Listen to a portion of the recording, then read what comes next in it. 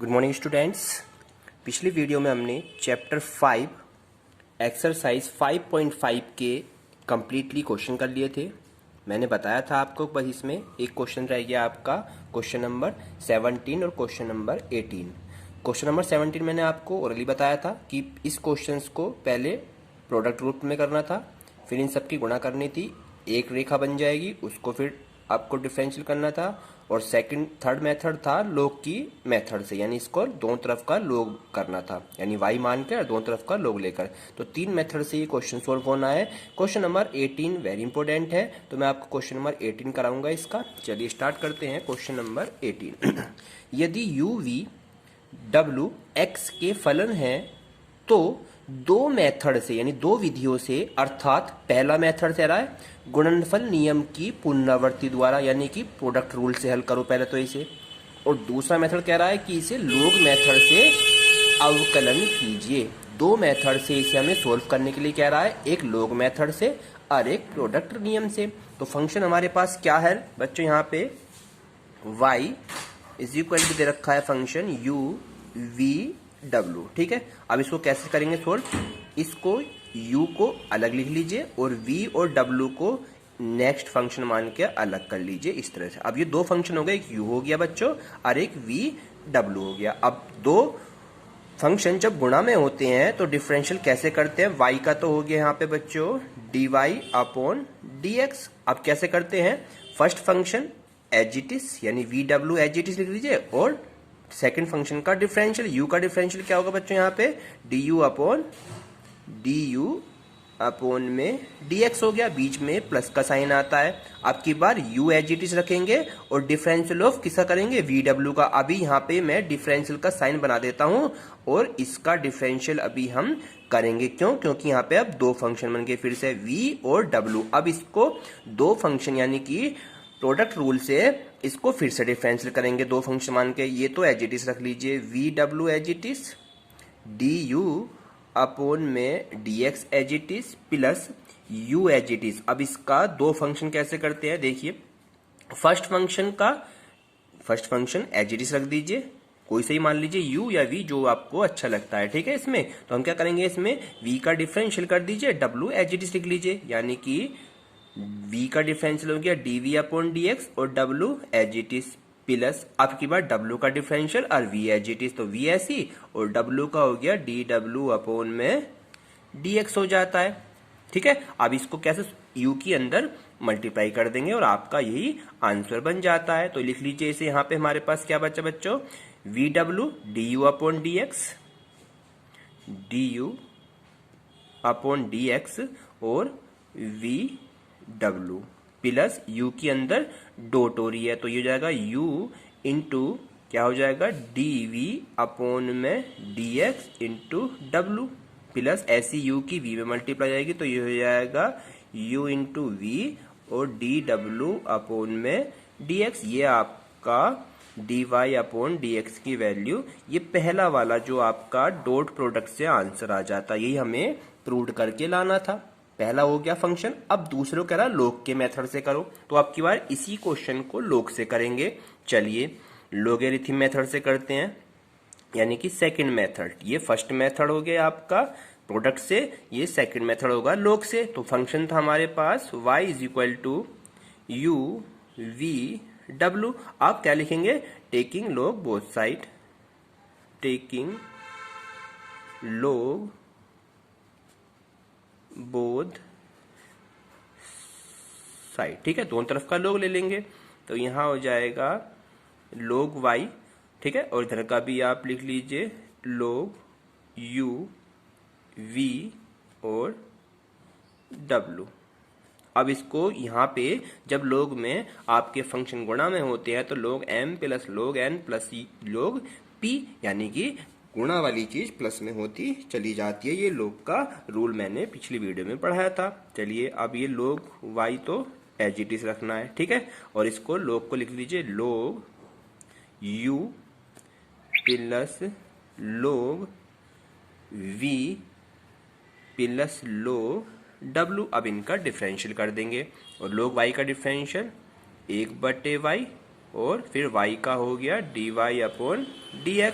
अब log u का करिए, u का हो गया 1/u और u का करेंगे तो du अपॉन dx हो जाता है। ठीक है, प्लस अब की बार v का हो गया 1/v और फिर v का करेंगे तो dv अपॉन dx और w का करेंगे तो 1/w और ये हो गया dw अपॉन में dx। ठीक है बच्चों, अब क्या करेंगे, ये u इधर मल्टीप्लाई में चला जाता है तो यहाँ पर हो गया dy upon dx is equal to y इधर मल्टीप्लाई में और बाकी फंक्शन u और ये du upon dx as it is plus 1/v dv upon dx as it is plus 1/w dw upon में dx एज इट इज। ठीक है बच्चों, अब y की वैल्यू हमें पता है, y हमने क्या माना था यहाँ पे, y क्या uv w है तो y की वैल्यू यहाँ पे uv w पुट कर दीजिए और uv की यहाँ भी मल्टीप्लाई, तो इसे पहले लिख लीजिए uv। ठीक है, और ये पूरा function 1/u du upon dx। ठीक है, फिर ऐसी 1/v dv upon dx plus 1/w dw upon में dx। अब ये uv की अंदर इससे भी मल्टीप्लाई, इससे ही मल्टीप्लाई, दैट इज इससे ही मल्टीप्लाई। तो जब इसकी मल्टीप्लाई इससे करेंगे तो u से u कैंसिल आउट हो जाएगा तो क्या बचेगा बच्चों, यहाँ पे vw बचेगा, यानी कि आपका du अपॉन में dx रहा और यहाँ पे क्या रहा, u से u कैंसिल होकर क्या बचा बच्चों, vw प्लस का साइन एज इट इज। अब यहाँ आ जाइए, यहाँ पे v से v कैंसिल हो जाएगा तो क्या बचेगा, u और w बचेंगे तो u dv upon dx into w plus, अब इसको यहाँ ले जाइए, w से w कैंसिल तो u भी बचेगा तो यहाँ हो जाएगा u into v dw upon में dx। ये हमारा सेकंड भी हो गया, किस मेथड से, लॉग मेथड से। यही हमें आंसर लाना था प्रूव करके। ठीक है बच्चों, इस तरीके से हमारा ये क्वेश्चन नंबर 18 कंप्लीट हो जाता है। दो मेथड से ये पूछा था, लॉग से और प्रोडक्ट रूल से, बिल्कुल same to same 17 question as it is है। अब मैं आपको नेक्स्ट एक्सरसाइज की बेसिक चीज पढ़ाता हूँ। 5.5 हमारी ये एक्सरसाइज थी। ठीक है, अब मैं नेक्स्ट एक्सरसाइज 5.6 के लिए आपको पहले बेस बता दूं किस तरह के आपके फंक्शन अब यहाँ पर आएंगे। फंक्शन आएंगे अब प्राचलिक रूप में। प्राचलिक रूप होते हैं साइन कोस की फॉर्म में, यानी थीटा की फॉर्म में, उसे कहते हैं प्राचलिक रूपों में। प्राचलिक रूपों में अब हम अवकलन करना सीखेंगे। ठीक है बच्चों, प्राचलिक रूप में कैसे, सपोज कीजिए एक क्वेश्चन देखते हैं। फर्स्ट क्वेश्चन आपको मैं एग्जांपल करा रहा हूं यहाँ पे, x बराबर है a कोस थीटा, ये तो एक वैल्यू दे दी x की वैल्यू, और दूसरा फंक्शन दे रखा है y बराबर a साइन थीटा। ये दो फंक्शन है और आपसे ये कह रहा है dy अपॉन dx ज्ञात कीजिए। क्या ज्ञात करना है बच्चों, इसमें हमें dy अपॉन dx को फाइंड करना है। dy अपॉन dx की वैल्यू हमें ज्ञात करनी है। अब देखिए दो फंक्शन दे रखे हैं, पहले इस x का डिफरेंशियल करिए थीटा के रेस्पेक्ट में, फिर ऐसी y का डिफरेंशियल करिए थीटा के रेस्पेक्ट में। तो x का डिफरेंशियल थीटा के रेस्पेक्ट में कैसे, dx अपॉन में d थीटा, dx थीटा के रेस्पेक्ट में मतलब dx अपॉन d थीटा। अब इससे करिए, a तो constant term as it is और कोस का डिफरेंशियल होता है माइनस का साइन थीटा, तो ये हो जाएगा माइनस का साइन थीटा। ये पहला डिफरेंशियल हो गया। ठीक है बच्चों, अब इसका करिए डिफरेंशियल y वाले का बिल्कुल थीटा के रेस्पेक्ट में, तो क्या लिखेंगे यहाँ पे dy अपॉन d थीटा और a एज इट इज, और साइन का डिफरेंशियल क्या होता है बच्चों, कोस थीटा होता है। दोनों के डिफरेंशियल हो गए, हमें क्या फाइंड करना है यहाँ पे, dy अपॉन dx फाइंड करना है। तो यहाँ पे लिखेंगे अब dy अपॉन dx का फॉर्मूला, आपको ये रूल है बच्चों, क्या है बच्चों, ये आपका रूल है। तो dy अपॉन dx जब हम फाइंड करेंगे यहाँ से तो वो फॉर्मूला बन जाएगा आपका यहाँ पे dy अपॉन में d थीटा, dy अपॉन में d थीटा बटे में dx अपॉन में d थीटा। समझ में आई बच्चों आपके, dy अपॉन d थीटा यानी y वाला फंक्शन ऊपर और x वाला फंक्शन नीचे रख दीजिए। तो चलिए y वाला फंक्शन है a कोस थीटा, ये हमने dy अपॉन डी थीटा निकाला, ये ऊपर रख दिया, और dx अपॉन डी थीटा है माइनस का a साइन थीटा। ठीक है, अब a से a कैंसिल आउट हो गया, और कोस बटे साइन, माइनस का चिन्ह तो ऐसी है, और कोस बटे साइन क्या होता है बच्चों, कोट थीटा होता है।